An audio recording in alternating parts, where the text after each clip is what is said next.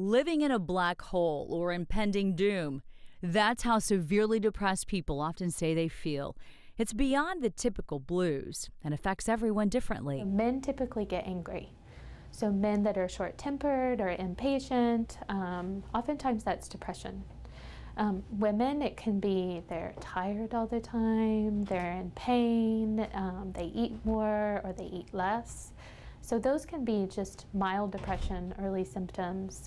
A lot of it, as it becomes more severe, you start to withdraw, you no longer find enjoyment in life out of the things that used to give you enjoyment. Depression is one of the leading causes of disability, and studies show it is on the rise. That's why there were new recommendations for doctors to spark the conversation. If you came in because you hurt your elbow, would you feel comfortable with your doctor asking about your mental health? Do you think that's important? I think it's very important, but I think it should be more affordable because the medical costs and insurance costs now are just ridiculous.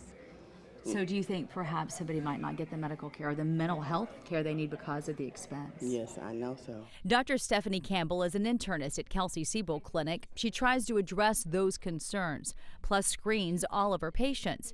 It starts with a few simple questions.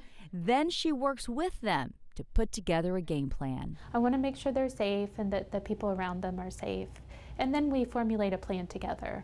What are we going to do? Are we going to start some medicine? Are we going to get you to talk to somebody? Are we going to get you in somewhere where you can be safe?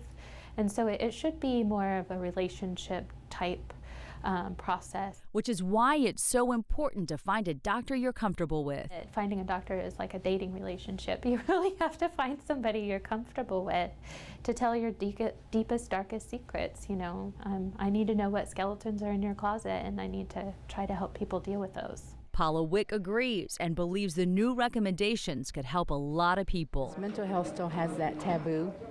You know, people don't talk about having mental health issues, and so I guess if your doctor, asks you, I think it'd be easier, for someone to actually say they have issues, because everybody goes through stuff in life, and so, sometimes it's hard admitting it because you think it's a failure, admitting those kind of things. Dr. Campbell says admitting it is the first step to healing the pain.